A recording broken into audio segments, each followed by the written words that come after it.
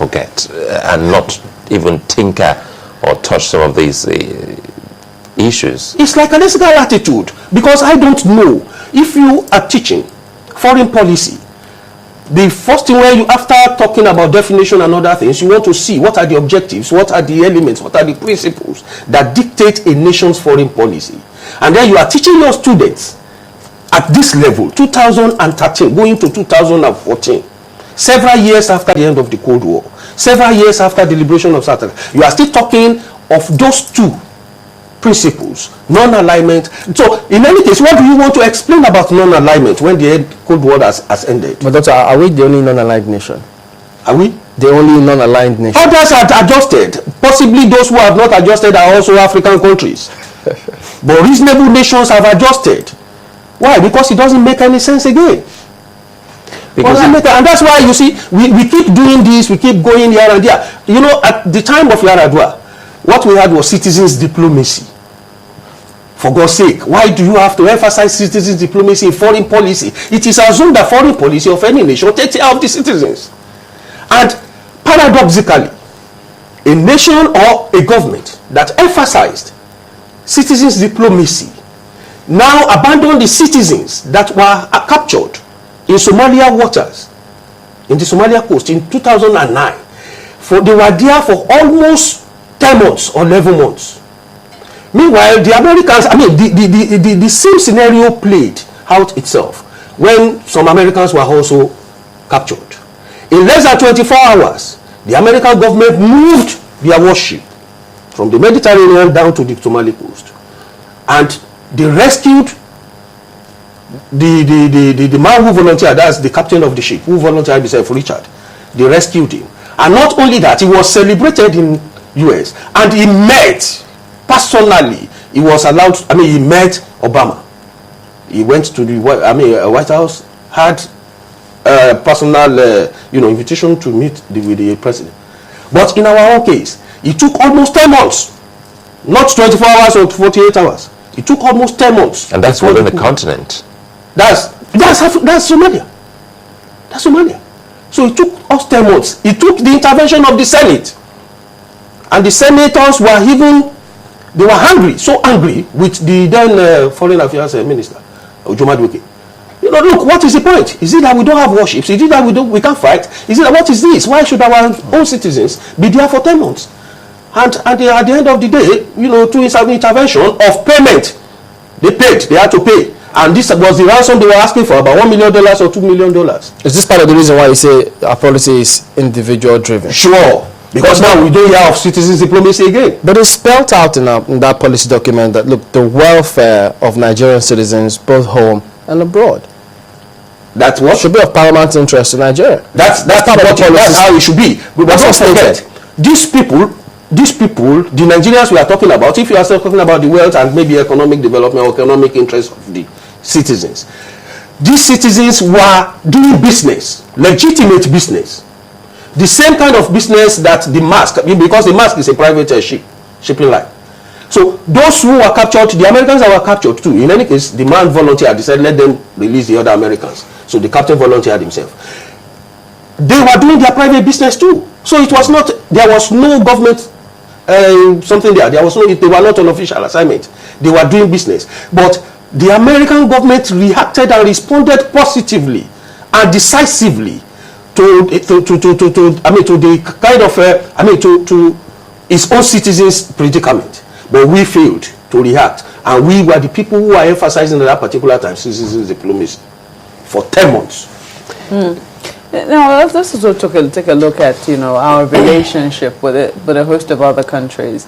Recently, this year, we saw the visit of the president of Sudan, Omar al-Bashir. It was in July, I believe, that visit occurred. He came in for an AU summit organized here in Abuja, and we came under criticism because we're signatory to the Rome Statute, and you know that Omar al-Bashir is wanted. How did you perceive that in relation to how we hold statutes and also to how we've related with other African nations on our continent? Well, these are the paradoxes or contradictions we are talking about.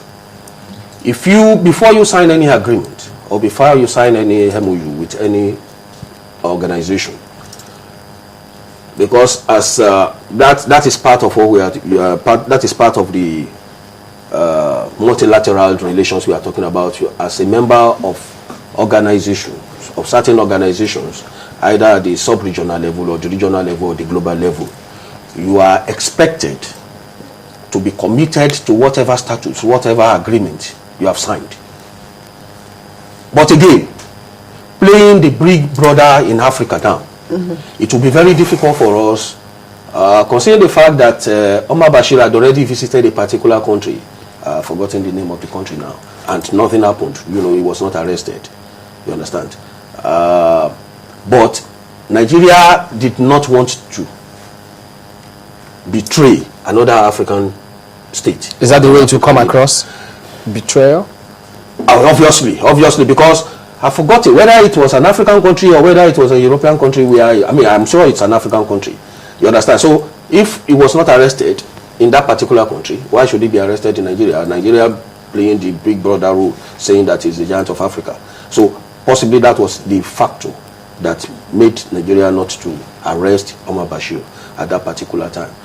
But these are the contradictions or the paradoxes that we have to manage very well.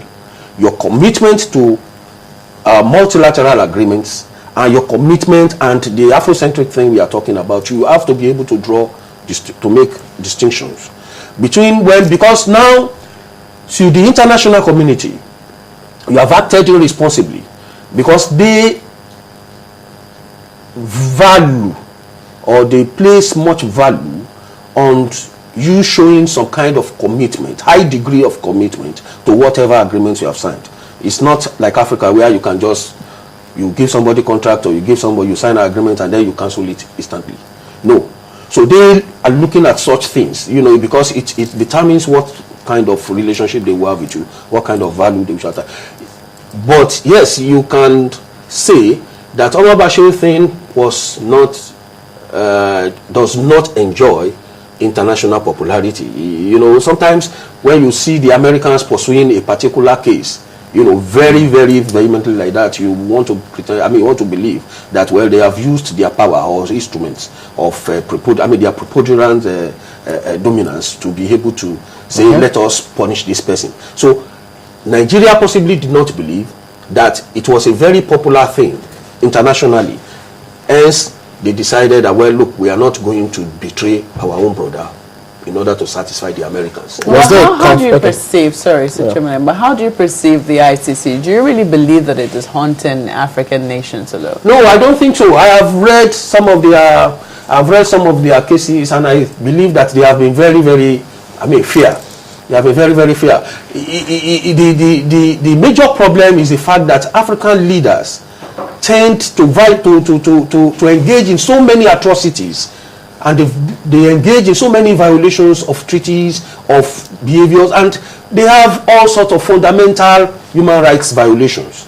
So when you see them being, when you see them being arraigned like that, you know, for all these things, you want to call it persecutions. You want to say that they are being haunted. No, it's because the number of African leaders that show some level of civilization in terms of governance is very low. Very low. In Europe, is the other way around. Those who may want to violate, and because of the EU is very, very serious about violations of its rules. So most nations, most European nations that are members of the EU hardly want to violate any international process, or they hardly want to go into autocratic system or dictatorship. Why? Because they know that there are heavy sanctions, you understand, coming. Well, Asia, that's a continent of dictators and all sorts, but it's understandable. But in Africa, we have them, people do things with impunity.